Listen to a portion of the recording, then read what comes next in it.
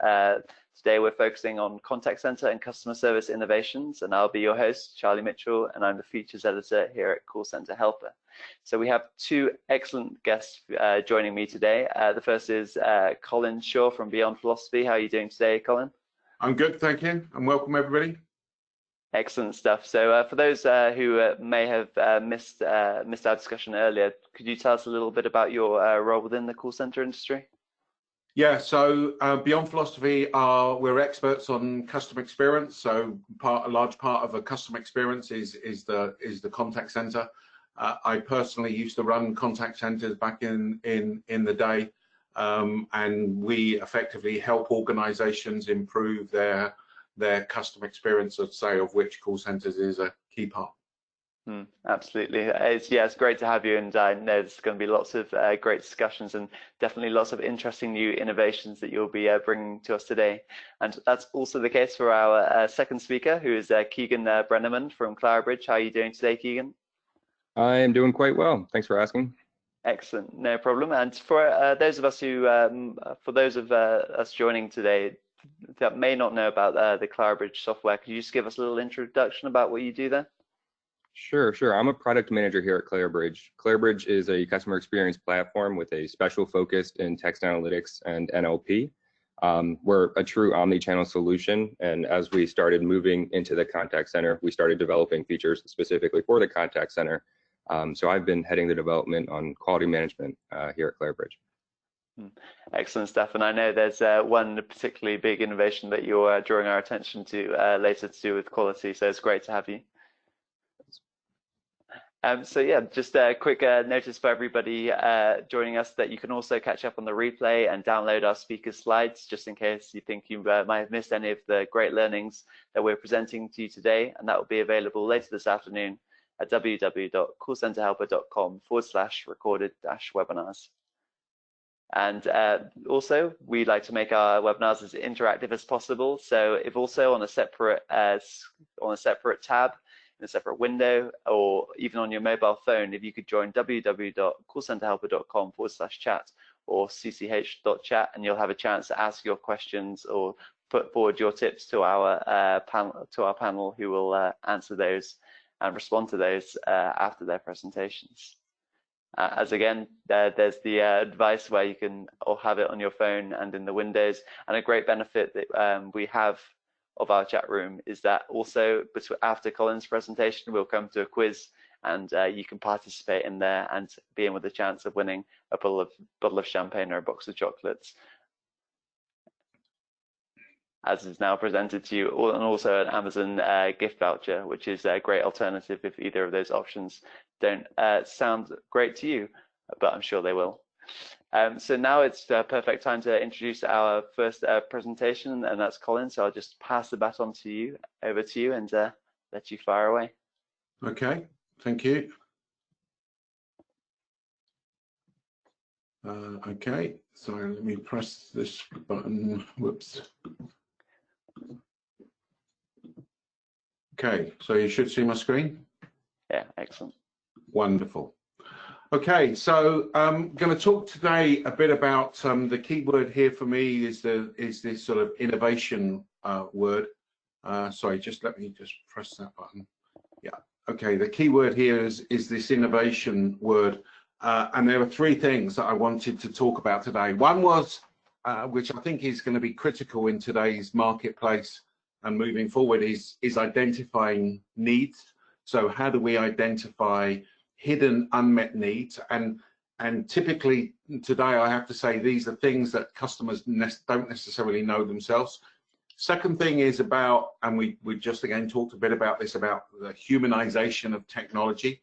So as more and more organizations move to an automated front end, then how can you, how does that present itself in a more human form?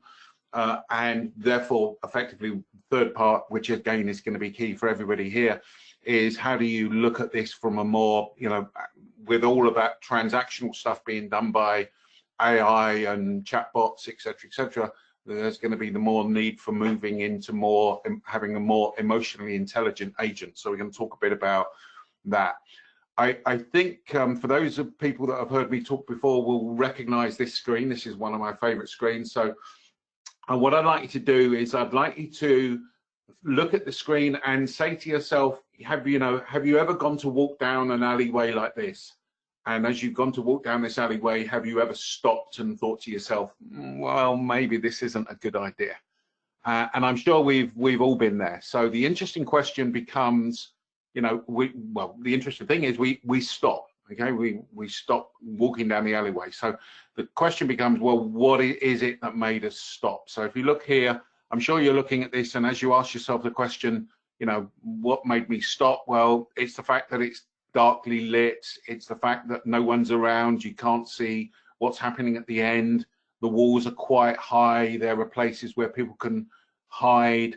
You may have read something in the paper the previous week about somebody getting mugged in similar circumstances. There's graffiti on the right-hand side of one of the walls. And effectively what's happening is your brain is scanning all these things and your subconscious sees all these things, and it turns around and says, hey, Colin is just about to enter into some danger. We better press this button called fear to make Colin feel scared. And when Colin feels scared, then he will stop and he won't take us down there. And then the third part is when we start getting now into this whole area of fight and flight and the psychology of things. So when we start looking at that effectively and breaking it down, and this is really important when it comes to sort of the innovation side and the humanizing of technology, you're looking at an action, what people are doing because of what they're feeling, because of the subconscious part. So the subconscious of things that you're not aware of. Think about the fact that you're breathing, okay? Just as I say that you're breathing, you now think, oh yes, I just breathed in and I'm just breathing out. And then think of the sort of the psychology of things, and all this comes under this heading of behavioral economics. And this is where, and behavioral economics sounds a grand thing, but it's not. It's effectively how do people behave and the effects upon money, and therefore to gain customer-driven growth, what do you need to do? And therefore, when you start to map all of this out, you start to go, well, there's too much of a focus just on traditional products. We need to start looking at the whole of the experience and looking at unmet needs and so on and so forth. And this is, for those of you that are interested in all this subject, we do a podcast called The Intuitive Customer that you may want to search out. What do I mean by sort of this hidden unmet need? Well, we did some work with a hotel system in the States. And one of the things that they were doing some research, and one of the things that came back from the research was patients said that to improve the experience, they wanted to spend more time with doctors. And you think, that's fairly reasonable, I can understand that. But when we actually started to look under the skin and get into the sort of the more of the subconscious and what's really motivating the customer, what we discovered was that it wasn't that patients wanted to spend more time with doctors. It was that the patients felt the doctor wasn't listening to them. Now that is very different to spending more time with me, because you can double the amount of time that you spend with a doctor. It doesn't necessarily mean to say that they're going to listen to you even more. Okay, so the unmet need here, it is effectively the patient feeling that the doctor is listening to them. Another example in the more B2B space is, a construction equipment manufacturer. When you think of this sort of construction equipment, it's all very roughy, tufty area. And people say they want dependable products and they want availability of parts and fairness of price. And, again, all those things are entirely valid, not saying that they're not. However, when you start to dive down and go, well, what actually is the unmet need of the customer? What you find is that the unmet need is actually more emotional. So things like caring for them as a person, empathizing to their situation. Those are the real underlying drivers of value. And it's really, really, really important in this hyper-competitive landscape that we have, that we start looking at this. So all of that really starts to feed into this whole conversation about technology and how you can humanize technology. So people just don't say, well, I'm just talking to a robot. And as if by magic, only the other day, I was having an experience with Amazon, who I have to say, I think Amazon do a really good job. And I've been really impressed with them. And basically what happened, as you can see from the screen here, is that a cooking knife, a kitchen knife that we had broke. I mean, it's a pretty hefty thing, and I was quite surprised that it broke. Anyway, we looked at the app. We bought it 2 years ago, and there's a 25-year guarantee. So I thought that's great. Get on the line to the chatbot, and you can see here the whole interaction. Now, a few things I want to pull out from this to sort of highlight this area about humanizing technology. One was, it was great, and it was clear that I was dealing with an AI bot at the beginning. Okay. It asked me what I could help them with. I wrote in what it was. Really interesting thing is that really interesting thing was, as soon as I pressed the button to submit my answer, it responded in a nanosecond. And I have to say, I thought, I'm not talking to a human being, because it was too fast. Yeah. Anyway, long and short of it is we got handed off. You can see from this last screen here, we got handed off to a human. Good thing is they introduced it. The bad thing is they then asked me to repeat the same information that I put in the stream. And it's like, I thought to myself, this happens when you deal with call centers. It's like they now have taken that process and just reiterated it in this chatbot space. And the other thing I thought was really interesting, have you noticed these the three little buttons at the end where you're constantly getting there, and you think to yourself, oh, someone's right, and I'm going to get a reply in a minute. Oh, it's gone. They must have finished. Oh, no, they started again. And I guess the point I'm trying to make is it's that anticipation that you at the other end get, and that must have happened a number of times to me. Okay. Now, why is this important? And this can get fairly deep. So I'm just going to try to sort of give you a bit of an overview on this, because when you think about it, memories are really important. Okay, so I'm going to take you a step up, and I will come down and put this together. But when you think about it, memories are really, really, really important. Customer loyalty is a function of memory. If we didn't have memories, every experience that we ever had would be new, and therefore we wouldn't have remembered them, and therefore you can't be loyal to something that you don't remember. So loyalty is a function of memory. And memories become important, and you then have to sort of take a step back and go, well, how are memories formed? Well, one of the ways that memories are formed is they're effectively like fishing nets. Okay, so imagine a fishing net, and imagine that each one of these knots is effectively a memory. Okay, and what we do, and what I've just done, okay, by going back to that Amazon experience, I remembered that experience and I told you about it. I've effectively pulled up this memory from my subconscious. So it's like below the waterline. I've now pulled it up and I'm looking at that memory, okay? But the important thing here is that memory, the other knots that are attached to that memory are influencing and are associated with that. I hope this is making sense to people. So consequently, when you're looking at a memory, you're also looking at other memories that have influenced that. And that influence may have come from other experiences that you've had. So you think of in the contact center, I may never have phoned your company before, but I phoned lots of contact centers. So I know what the experience is likely to happen. It may have come from what has been written in the media. Maybe your organization is in, I don't know, financial services and been affected by PPI, and that has influenced what I think of financial services organization.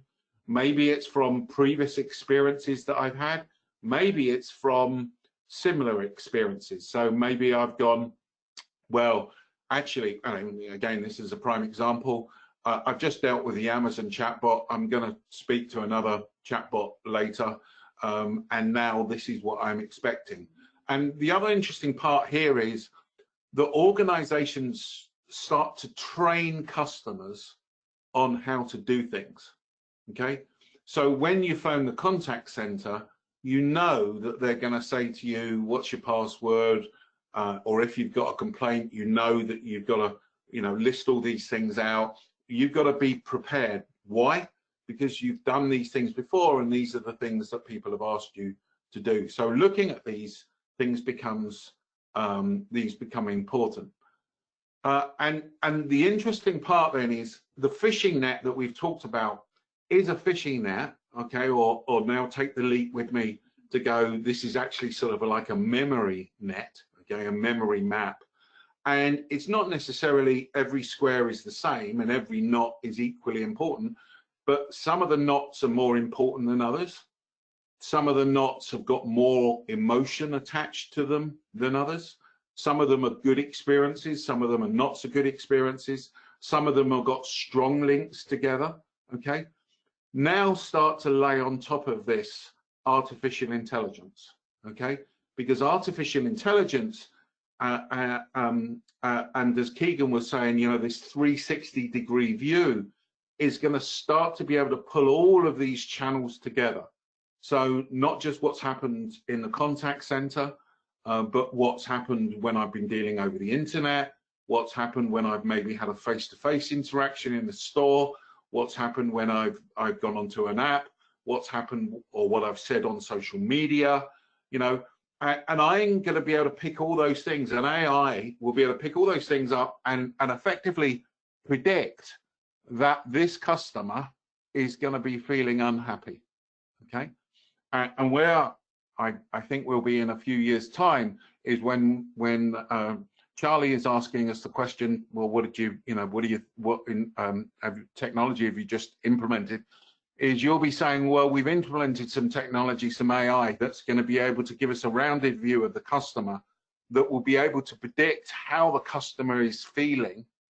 And because we now can predict how the customer is feeling because of all the memories that they've had and all the interactions that they've had, we are now able to form a new experience for our customers. And we are able to predict what this experience is going to look like. And we are now going to be able to execute on that. And we're going to be able to segment on that because we're talking about AI, okay? Now, some of the challenges of AI are going to be around, it's garbage in, garbage out. So that you've got to add to a layer of emotion to it. And I know that the Clara Bridge software is really good at emotion. I was speaking at the Clara Bridge conference not so long ago, and one of the things I think was really good was they was looking at depth of emotion. So not just emotion, but the depth and the intensity of the emotion, and that's critical when forming a memory. The memories that you have are even more prominent in your memory if they have an emotion attached. Think of something that's really good that's happened to you. Think of something that's really bad that's happened to you. The final part here is that I wanted to talk about is this whole area of emotional intelligence, because I see this as being key. And actually 20 years ago when I was in call centers, we broke our call center into two, front office and back office. And we basically identified a series of people for the front office work who were highly emotionally intelligent. And just to make sure everyone's aware what emotional intelligence means, and again, in fact, before I do that, let me position this. So as the chatbots do all of that work, and as the AI does all of that work, there's undoubtedly still going to be the need for a human contact, but the human contact is going to be a much higher level of contact. And therefore that human element is going to be the key. So what is that sort of emotional intelligence part? Well, emotional intelligence basically says, how self-aware are you? Are you aware of your emotions? Are you aware of, can you see what other people's emotions are like? Can you feel those emotions and understand those things? Can you self-manage? So can you manage your own emotions, how you're feeling? If I'm feeling annoyed, that actually I'm not going to show that with a customer. And this work is tough in contact centers. How socially aware are you? And how, what are your social skills looking like? And typically, if you think of the best contact center agent that you've got, I would virtually guarantee that those people are highly emotionally intelligent. And the issue is that those people are great, and you want to have them, but there's then a group of people that need a bit of guidance. And effectively what you're doing here, it's a bit like when I walk home at night and I walk into the front door and I shout hello to Lorraine, my wife. Within a one-word response, I can tell you how Lorraine is feeling. I can tell if she's feeling happy or sad. I can tell you what I definitely shouldn't do if she's feeling sad, what I shouldn't do to make her feel worse. Same applies with the agents. How is the customer feeling walking into that experience? So understanding the verbal and non-verbal clues that the customer is giving you. How are they feeling walking out of that experience? So the agent's effectively going to need to be able to look at the customer, assess how that customer is feeling, but also then convert them to feeling the new emotion. So a bit of a run through, bit quick. I know this has been a bit of a whirlwind, but the three big ideas for this year are this: thinking about unmet needs, thinking about how to humanize technology, and also thinking about how you can move to becoming more emotionally intelligent yourself, but also getting agents that are more emotionally intelligent as that top end moves forward. I hope that's of use. You're on mute, Charlie. Oh, apologies for that, everyone. I thought there was lots of great stuff there. Colin really did. I'll go through kind of my key takeaways in a second, but before I do that, I'd just like to invite everybody to take part in our quiz, which you can join in through our chat room. So if you're not logged in there yet, if you just go to cch.chat, or the longer web address is there if you wish to do that. So I'll give everybody a chance to quickly log in. While I just say that I thought lots of great stuff there, Colin, including the key points that I wrote down. But what customers say they want isn't necessarily what drives value. I thought that was really insightful. I thought customer loyalty is a function of memory was a very interesting point, and how we can think about guiding people who may not have the right emotional intelligence skills, and how that will become a bigger thing to be concerned about in the contact center as well in the future is very interesting. So now here we go to our quiz. And let's get it rolling. So the first question, which you can answer using the dials in the chat room at the bottom there, is true or false? People with high emotional intelligence make $14,500 more on average than their counterparts. So I'll just let everybody answer those now. I see the answers coming in quick and fast. So let's see what the correct answer is here. So it's false. And the reason for that is, according to research shared by CNBC, people with high emotional intelligence make more than double that, a whopping $29,000 more, which is really interesting and links that very well with Colin's last point there. So the next question is, which American supermarket recently released a chatbot that helps customers find new recipes and ways to use ingredients from their stores?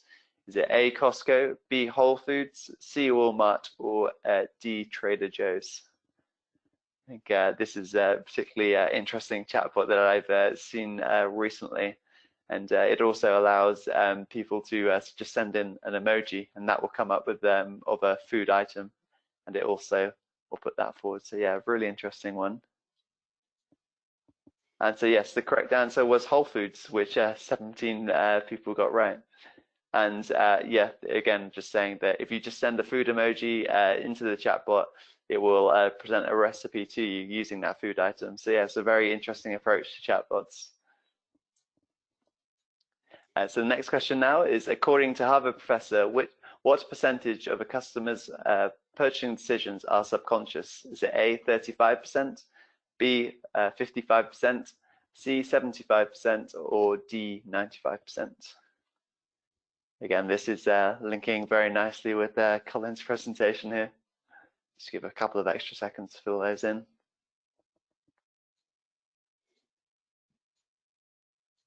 Excellent stuff. Let's have a look. So yes, it was D, 95%, which 7 people got right. Bit of a tricky question, that one. And the explanation to that is Professor Gerald Zaltman said, to be innovative in developing brand loyalty and customer engagement, companies should focus more on their customers' subconscious mind. So Fern is leading the way at this point with 2 questions to go. And the second from last question now is, in 2019, which fast food chain delighted customers by innovatively gaming its loyalty program?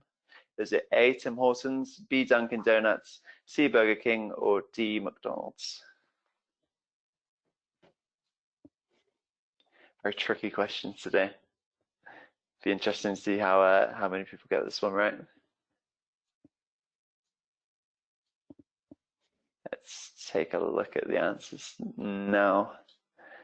So yeah, the correct answer was A, Tim Hortons. And good to see 8 people getting that one right. So Tim Hortons customers can participate in games through an updated app to earn prizes and level up as they visit the coffee shop more frequently. And I think that's a really nice way to use gamification as an innovation to improve the customer experience. Yeah. So we have Amy now in the lead with 1 question left to go. It's looking very close at the top here. So the final question is, according to Call Center Helper research, which of the following innovations was most in demand by contact center professionals?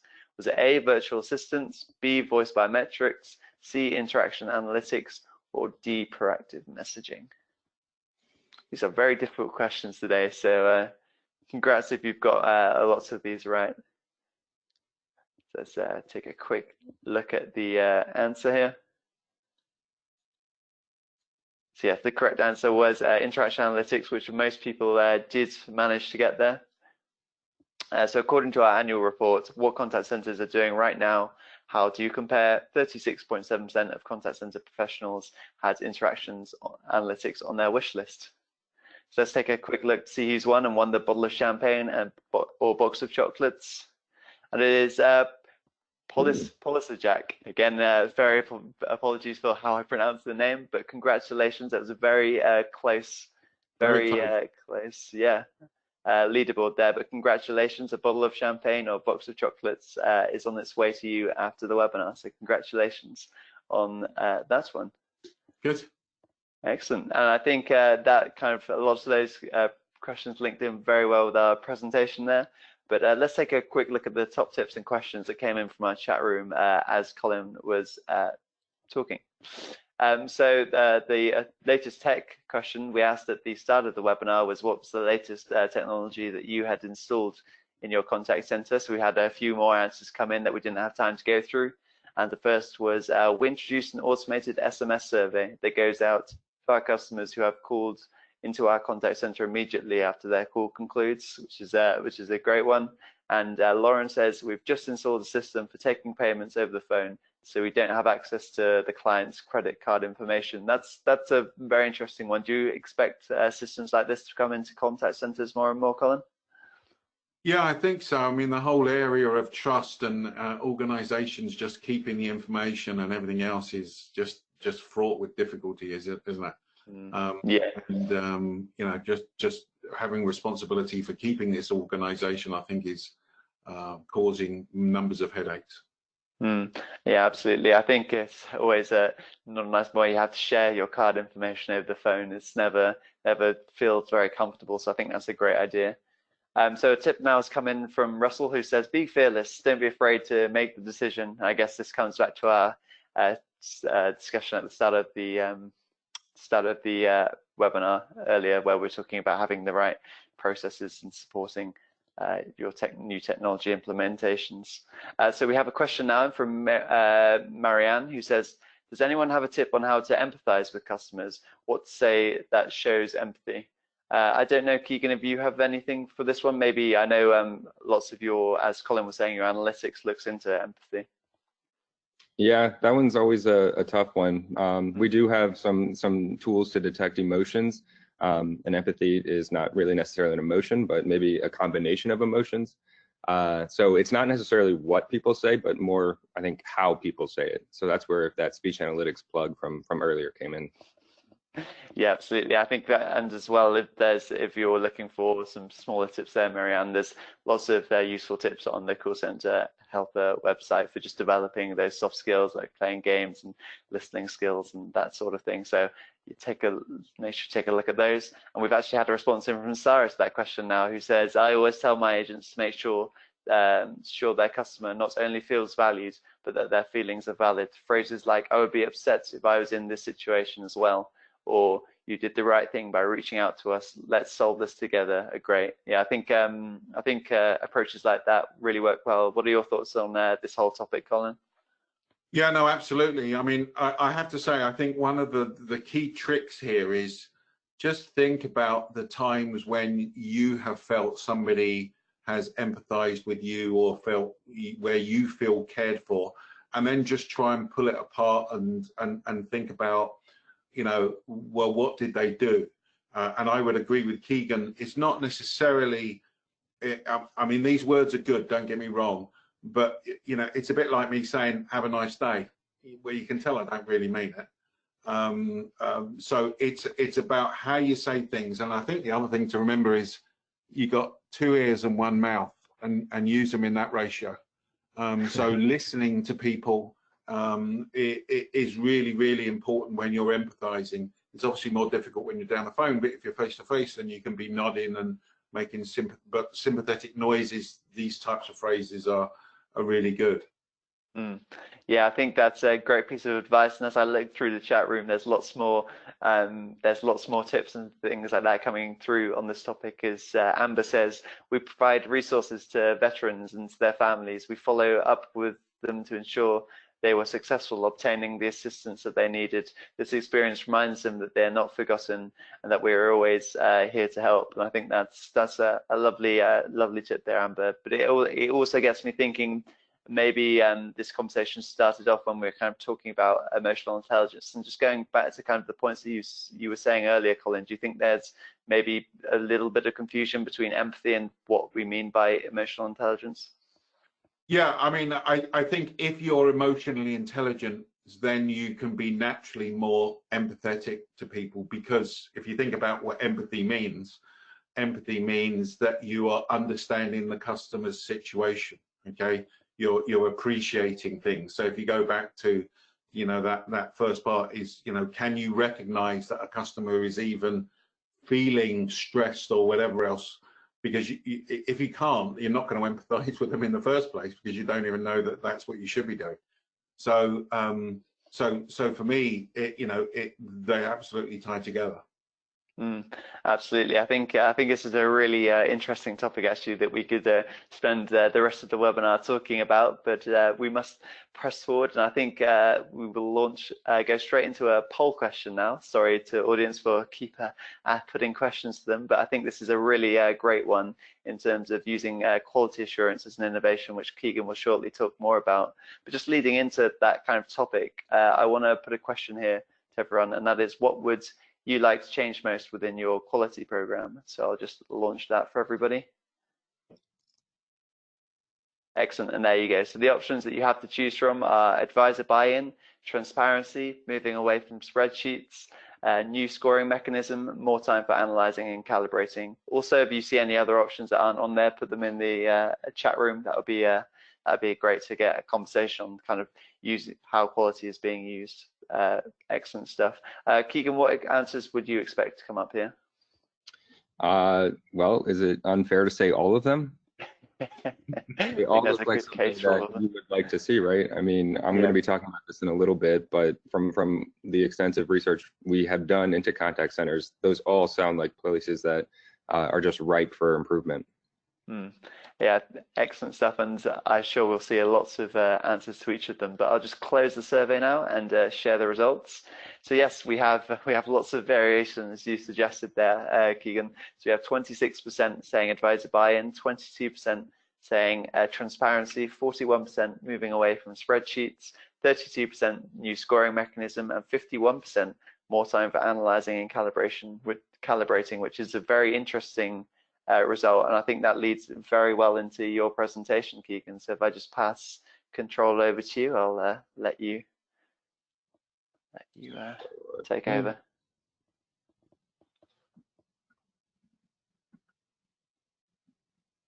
Excellent. Can you see? Yeah, perfect. All right, awesome. Thank you, Charlie, and also insightful as always, Colin. So today I'm excited to talk about something that we have been working on for a very long time here at Clara Bridge, and something that we feel absolutely qualifies as a contact center innovation. And that would be quality management by Clara Bridge. So it's 2020. To look ahead into this quality management by Clara Bridge module, we should probably look behind first. Why does QA matter? If we zoom out for a minute, QA is really something that has been around for a very long time. And that's if you're specifically thinking about the contact center. If you think of manufacturing, which would be my background, which this process is also rooted in, then it's been around even longer. It's being able to plant a stake in the ground and say, this is our standard expected output. And it goes a long way towards building an image, establishing benchmarks with your customers, and delivering on your priorities. In contact center specifically, as some exceptionally low-hanging fruit, there are also fines for failing to report missed compliance statements. So this is becoming both a customer experience thing and a regulatory thing. So there is a wide spectrum of QA maturity, as I'm sure you all know, from those that don't practice at all to those that practice it manually with some sort of direction, those that practice it manually without any direction, and then those that automate the entire thing. Now, nearly all of these practices have these things in common, these themes here. That's sampling. How am I to gauge true performance of an agent or team if I only review a few interactions per month? I could catch them on a particularly good day. I could catch them on a particularly bad day. Either way, it's an incomplete and not representative of my performance. It's manual. There's only so much time in a day. If an agent spends an entire day on the phone, we would need to devote at least that same amount of time to reviewing all of their calls. Manual scoring also does not cater to any sort of deeper analytics. It's slow. Best case scenario, an agent is reviewed immediately. In reality, that looks like upwards of a week, maybe two. How are we supposed to expect them to remember the context of that conversation that much farther behind, much later? And then finally, it's opaque. Criteria are usually defined broadly. Unfortunately, broadly can mean open to interpretation. Now, to compound that problem, that very interpretation can vary between agents and those that evaluate them. So anecdotally, we interviewed a lot of customers of ours while we were putting together this solution, this software, and one in particular sticks out where this notion of being incredibly opaque really comes to the forefront of my mind. And that was when we asked what the vaguely labeled minimized dead air criteria was supposed to look for. So we asked 3 agents, we got 3 different answers, 3 seconds, 5 seconds, and 9 seconds, when in reality, it was 7 seconds. So they were all wrong, and they were all adjusting their behaviors in a way that really could have easily been avoided. So moving forward with the manufacturing analogy, QA is about setting a standard to adhere to. It's about being able to say, we sample 1 out of every 100 parts to produce a defect rate of only 50 parts per million. QM takes that a step further and uses this data to also enable continuous improvement. Let's take the opportunity to learn from those 50 parts per million and improve the manufacturing process and reduce the defect rate. Let's take those 50 parts and fix them so that there's no longer an issue or wasted material. So I provided some thematic problems earlier, but what are the specific problems that we are all familiar with and earnestly trying to resolve? Costly, subjective, incomplete QA evaluations. There's really no place in this process or any process for sampling, and yet it's rampant. Time spent on hunting for coachable moments. QA has to listen to calls. Those calls have to meet certain criteria. QA has to first find those calls. Not finding coachable calls means not coaching. No visibility into trends and patterns. I briefly touched on those earlier, but data is only getting bigger, and the contact center is a major reason why. As a generator of a lot of data, we should certainly enable analytics on that very data. Coaching on non-impactful behaviors. Some agent evaluations haven't changed in years. Some are based on old school criteria that aren't really indicative of any particular outcome at all. Subjective calibration practices. Calibration is often described as a war, a battle, or a bloodbath. It really should be something that is data-driven. And finally, a lack of agent empowerment. If an agent is to be rewarded or penalized for performance, they had better know what their performance truly is, what they're doing well and what they're doing better at. And you can only get this in aggregate. Agents, as people, want to improve.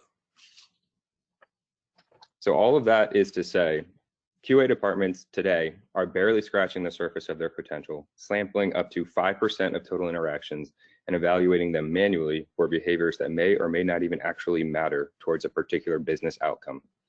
Moreover, these scorecards are often biased and fail to uncover meaningful trends and insights. But the truth is, there's a whole other world beneath the surface. Progressive QA departments leverage automated scoring on 100% of interactions, from calls to chats to emails, and evaluate behaviors that matter. They use these evaluations to automate alerts, create coaching cues, and discover powerful insights which they use to transform their organizations. The Clara Bridge approach is modern and differentiated in the market, perfect for any contact center looking to take their program to the next level. The award-winning Clara Bridge NLP understands the subtleties and nuance of human conversations without any coding or development to enrich every word with additional context, from conversation characteristics, tonality, clarity, hold time, etc., and emotionality, as Colin touched on earlier. What was the person feeling and how acutely? To effort and sentiment and intent detection, like a cry for help, an escalation, or a churn candidate, to name a few. Clara Bridge's rich library of data connectors facilitates 100% coverage of all your sources, so you'll never miss a single conversation. So again, that means calls, chats, emails, surveys, whatever you might have. Clara Bridge's automated rubrics, aka scoring guidelines for those of you in the UK, ensure that every interaction is evaluated with the same consistency every time. Rubrics are customizable and can be designed to optimize desired business outcomes. Clara Bridge's inbox comes with out-of-the-box workflows to optimize coaching sessions, including status changes and rebuttals and annotations, so that agents and supervisors can collaborate productively. These workflows can then be analyzed intelligently to calibrate rubrics and training programs. And finally, Clara Bridge's CX Studio is purpose-built for analyzing trends and patterns, specifically in customer feedback. Quality management by Clara Bridge is something specifically designed for the contact center, harnessing the power of the entire product suite. It's about using purpose-built, award-winning category models for intelligence scoring. It's about using intelligence scoring to source dashboards while seeding the inbox with coachable moments. It's about equipping QA folks with the tools to coach at scale and individually. It's about using dashboards as they were intended and the inbox as it was intended. Simply put, it's about empowerment and accountability. So how do we do this? By breaking the problem down into more manageable bites. The fundamental difference between QM by Clara Bridge and anybody else is intelligence scoring. QM as a continuous improvement engine is comprised of 3 parts. And that first one you heard me say earlier is intelligence scoring. Intelligence scoring is really the spark plug of this feature. Intelligence scoring is the distillation of very complex criteria into a single, easily digested score. And using that definition, an intelligence score can be used to describe an agent, an entire interaction, or any number of things, whatever your model is designed to capture. Intelligence scoring can be used to produce a unifying score across agents of different lengths of tenure, inbound or outbound communications, or even customer profiles, to name a few. it's hard to improve on something that isn't being scored. So that's what we're doing here. Dashboards are the gears. As a collaborative tool, they're going to continue to always get the very most traction. They're operational. They enable coaching at scale.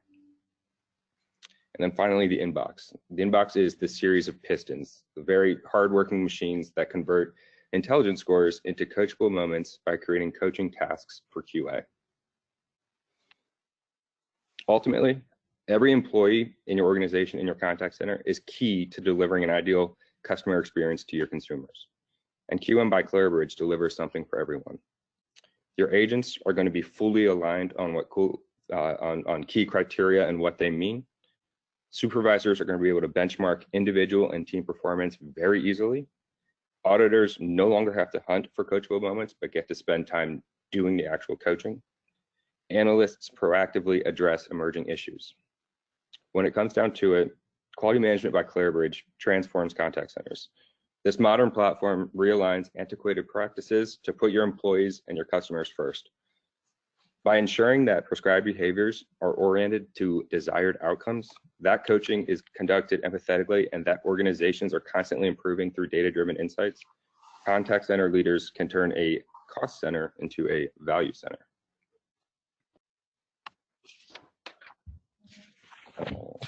And we have a conference coming up this year in San Diego. So if you do want to register, do so by the 14th, and you can use this code on the screen.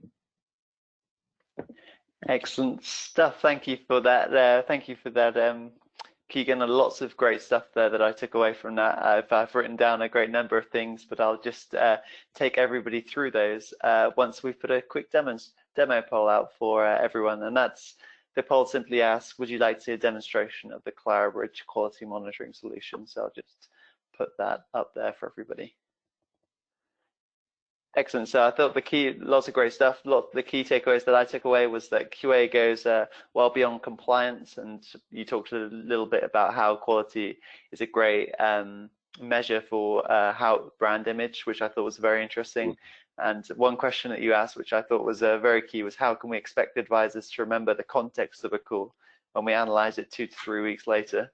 That was that one very much hit home. And I think there was another point as well where you talked about the capability within the Clara Bridge solution to measure sentiment. And that's a question that we get asked quite a lot, is how everyone says customer emotions is great in theory, but how do we measure it? And I think that's a really great response to that question.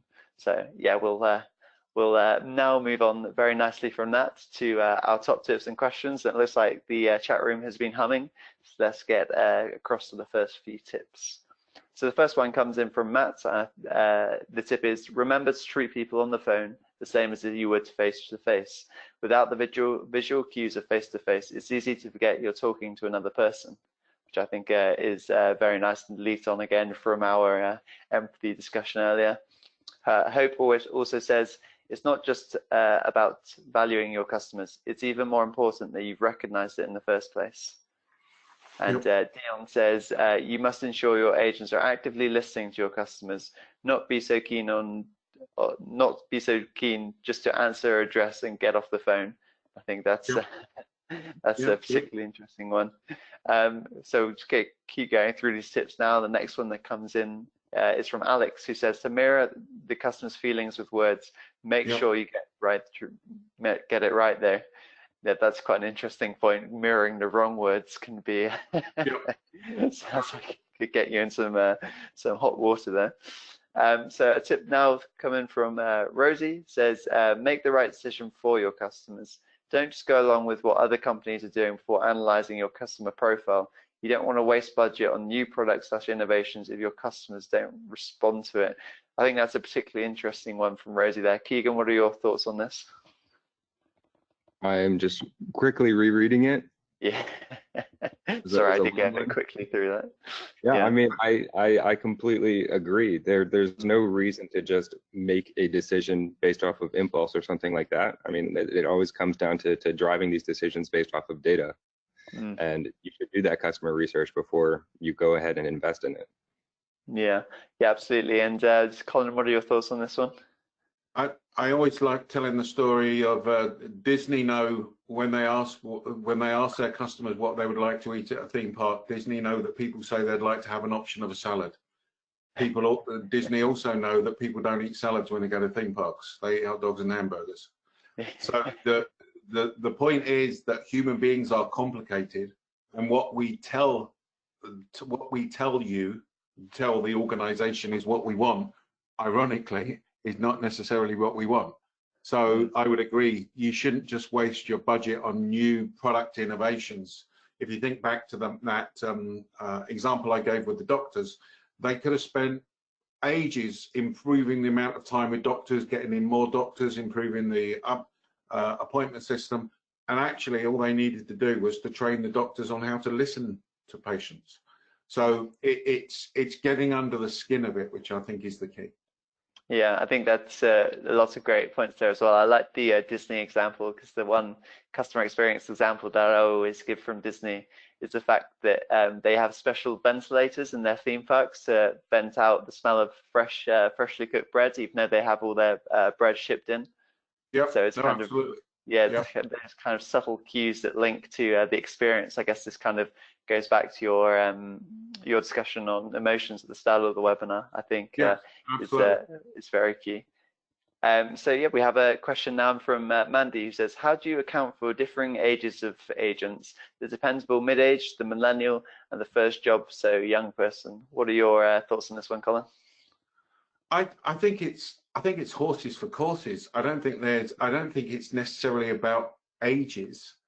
I think it's, first of all, it is about understanding your customers. So if all your customers are millennials, then filling your call center with baby boomers is perhaps not the right image, and maybe they wouldn't even understand the right type of sayings and stuff like that.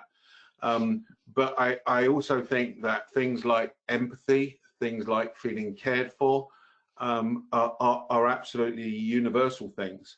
If you look at one of the contact centers in the UK, a company called First Direct, I think everybody will know of them in the UK, telephone banking, they don't hire people who have come from the financial services industry and yet they're a bank. They hire people who come from the caring industries. So carers, nurses, teachers, those types of people. So I guess I'm saying it's not necessarily to do with the age, unless you've got extremes with your product or service. It's to do with the capability. Yeah, absolutely. I think this is a key topic that will come up more and more. I see lots of new millennial related articles, but kind of remembering the horses for courses, as you say, is very key. So we now have a tip sent in by Brad, who says, be proactive. What answers do they need but haven't asked yet? I think this whole proactivity topic is quite interesting, and anticipating customer needs is a topic that is seeing more and more innovations. Do you have any kind of thought on this topic, Keegan? This is, I mean, it just sort of speaks to human nature for me. I mean, it's to go back on that last one, your agents are all people. They all have the same needs. Your customers are people, and that's where this is a CX thing. It's just about understanding your customers, and if you can better understand them, then you can better address their concerns and whatever they might need. So that's really how I would view that.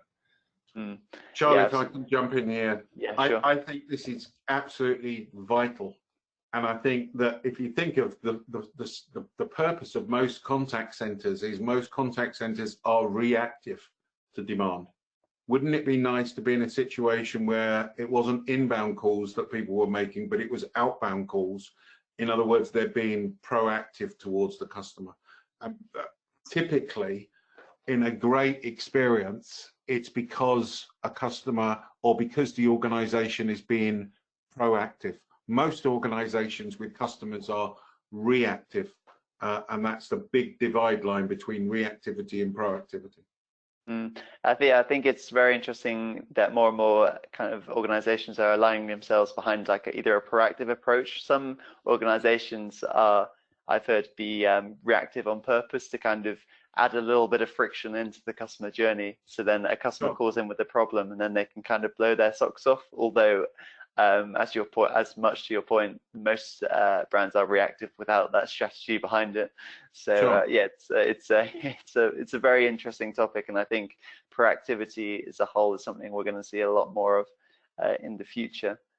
So we have another tip now from Harry, who says, when completing your QA evaluations, ensure that you're doing this off risk base, so there is no wasted coaching opportunities for agents who require support. Do you think that often, Keegan, there are lots of wasted coaching opportunities when it comes to QA? Yeah, maybe wasted is a bit harsh, but I would say missed coaching opportunities. Yeah. I mean, and speaking to what I just talked about, there isn't enough coaching, right? I mean, we could go all day and people would love that. People would love to improve. They just want to get better. So I feel it's more just missed coaching opportunities than wasted. Yeah, I think as the poll that we put up for your presentation suggested, there's kind of over 50% of people saying that they were lacking the time as well. So as you say, missed opportunities is the key point there, I think. So another point, tip now in from Stacey, who says, while sharing QA trends with all staff members, empower them to help devise a solution to improve trends and shape the future. Do you think involving the team in processes like QA, Colin, is a very important thing to do? No, not at all. No, I'm only joking. Absolutely, yeah. I mean, involving people in that type of thing is key, because it's showing transparency, it's showing teamwork. We use, there's a phrase we use a lot at Beyond Philosophy, which is none of us are as clever as all of us. So if you get the combined power of the group, that's better than any one person just sitting in a darkened room coming up with the answer. Yeah, I think I think I remember correctly that you have a book on the topic of employee engagement and similar related things. Yeah, a little plug for that book there from me. Thank you.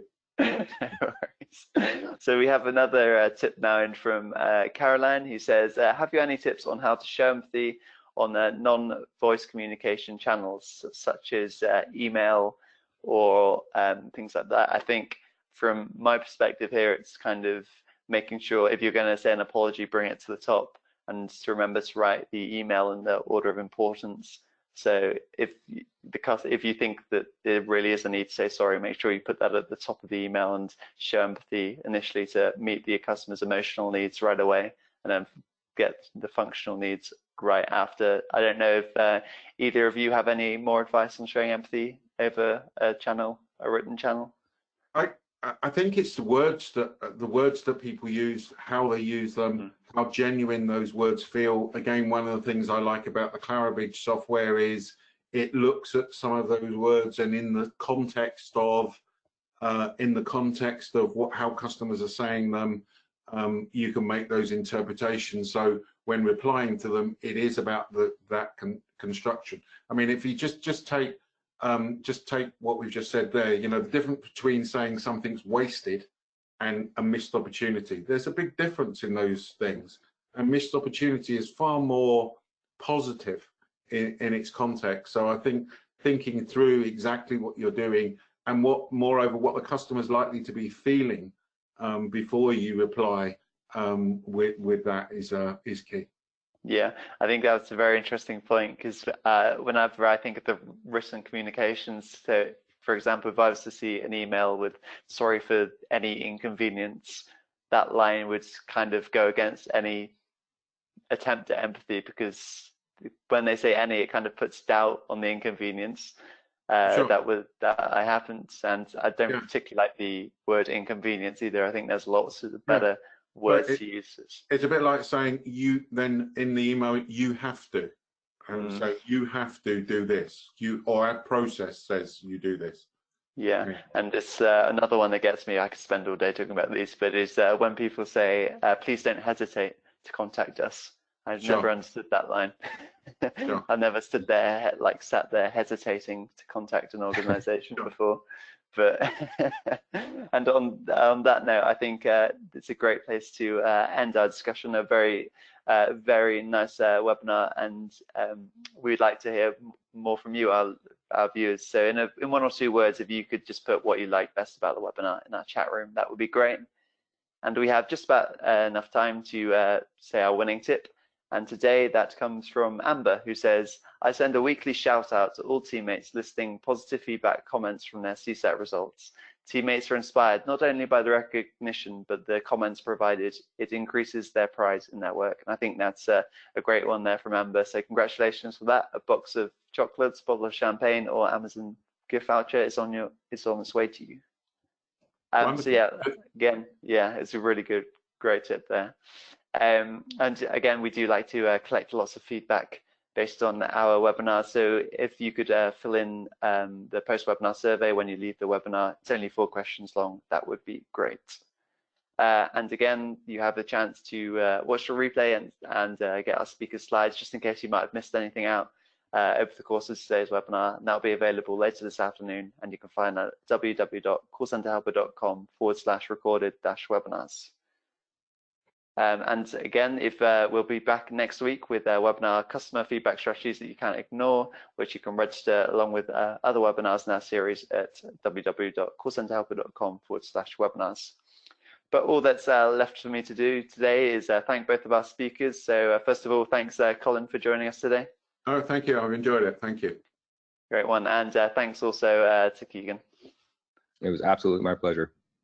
Great stuff. And we'll be back next week. Thanks everybody for joining us today. See you.